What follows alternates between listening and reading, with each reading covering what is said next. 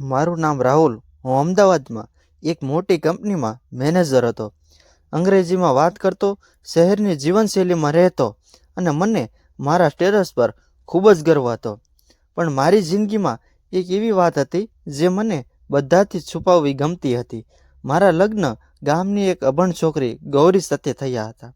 આ લગ્ન મારી મમ્મી પપ્પાની ઈચ્છાથી થયા હતા. મેં ઘણી ના પાડી હતી. હું એક અભણ છોકરી સાથે કેવી રીતે જીવી શકું? હું ગુસ્સાથી બોલ્યો હતો. પણ પપ્પાએ કહ્યું, બેટા, ડિગ્રીથી નહીં, સંસ્કારથી ઘર ચાલે છે. મેં મન માર્યું અને લગ્ન કરી લીધા. લગ્ન પછી ગૌરી પહેલીવાર અમદાવાદ આવી. તેના હાથમાં નાની બેગ હતી અને આંખોમાં હજારો સપના. તે ધીમેથી બોલી, હવે આ જ મારું ઘર છે. પણ મેં સ્મિત પણ ન આપ્યું. હું તેને પત્ની નહીં, માત્ર જવાબદારી માનતો હતો. તે દરરોજ વહેલે સવારે ઉઠતી, મારા માટે ચા બનાવતી, ટિફિન તૈયાર કરતી અને ઘર ચમકાવતી. પણ હું ક્યારેય આભાર પણ નહોતો કહેતો. એક દિવસ ઓફિસની પાર્ટી હતી. ગૌરીએ કહ્યું, હું પણ સાથે આવું. મેં તરત જ ના પાડી. તું ત્યાં શું કરશે? કોઈ સાથે વાત પણ નહીં કરી શકે. તે ચૂપ થઈ ગઈ. એની આંખોમાં પાણી આવી ગયું. પણ તેણે મારી સામે ક્યારેય ફરિયાદ ન કરી. થોડા દિવસ પછી મમ્મી બીમાર પડી. હોસ્પિટલમાં દાખલ કરવી પડી. હું ઓફિસમાં વ્યસ્ત હતો. ગૌરી દિવસ રાત હોસ્પિટલમાં મમ્મીની સેવા કરતી. દવા આપવી, ખાવાનું ખવડાવવું, રાત્રે જાગવું, બધું તે એકલી કરતી. ડૉક્ટરે એક દિવસ મને કહ્યું, તમારી પત્ની ન હોત તો દર્દીને સંભાળવું ખૂબ જ મુશ્કેલ બન્યું હોત. હું પહેલીવાર થોડો વિચારમાં પડ્યો, પણ મારો અહંકાર હજુ જીવતો હતો.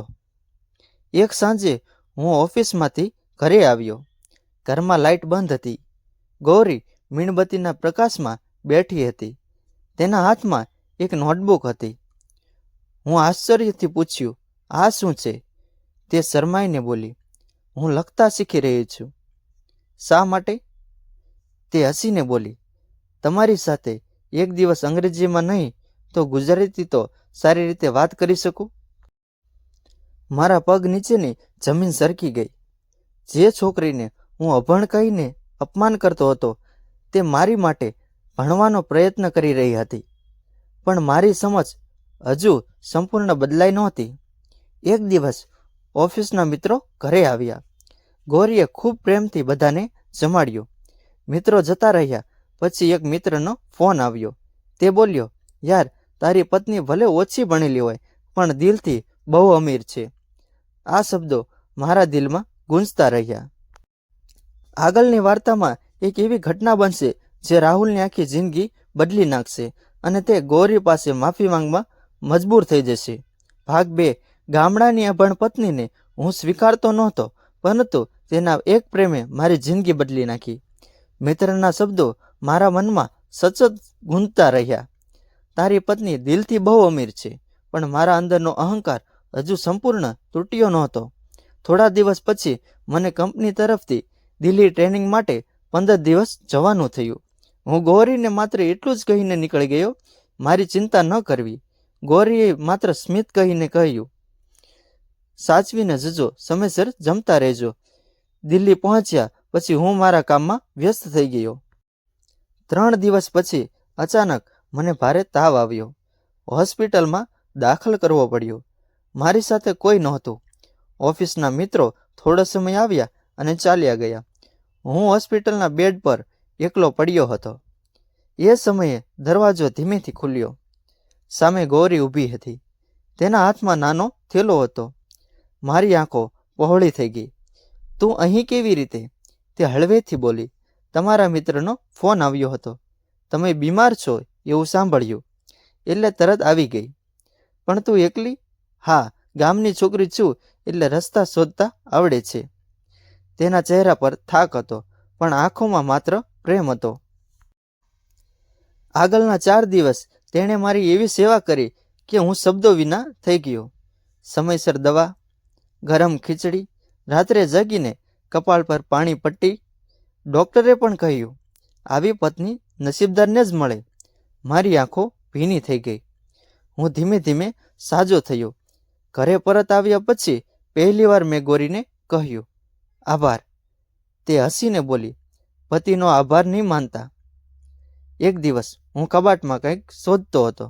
ત્યાં મને એક જૂની ડાયરી મળી. મેં ખોલીને વાંચવાનું શરૂ કર્યું. પહેલા પાના પર લખેલું હતું, ભગવાન, મારા પતિ મને ક્યારેય અપમાનિત ન કરે એવી પ્રાર્થના છે. જો હું ભણેલી નથી તો મને શીખવાની શક્તિ આપજો.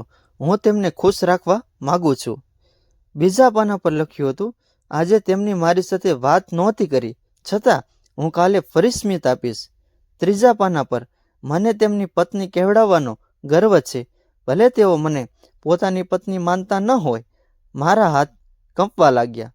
હું રડી પડ્યો.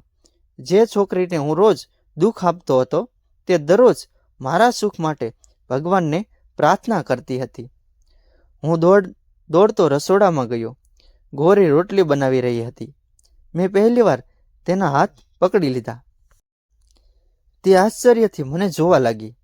હું રડતા રડતા બોલ્યો, ગૌરી, મને માફ કરી દે. તે ગભરાઈ ગઈ. શું થયું? મેં કહ્યું, મને સમજાયું કે ભણતર માણસને મોટો નથી બનાવતું, સંસ્કાર બનાવે છે. મેં તને બહુ દુઃખ આપ્યું. ગૌરીની આંખોમાં પણ આંસુ આવી ગયા. તે બોલી, જૂની વાતો ભૂલી જાઓ. હવે આપણે નવી શરૂઆત કરીએ. એ દિવસે મેં એક મોટો નિર્ણય લીધો. મેં ગૌરીને નજીકની શાળામાં દાખલ કરાવી. તે દરરોજ ભણવા જવા લાગી. હું સાંજે ઓફિસથી આવીને તેને લખતા વાંચતા શીખવતો. થોડા મહિનામાં તે સારી રીતે ગુજરાતી વાંચવા લાગી, પણ ધીમે ધીમે અંગ્રેજી પણ શીખી ગઈ. 1 વર્ષ પછી કંપનીના વાર્ષિક કાર્યક્રમમાં મેં સૌની સામે ગૌરીનો પરિચય કરાવ્યો.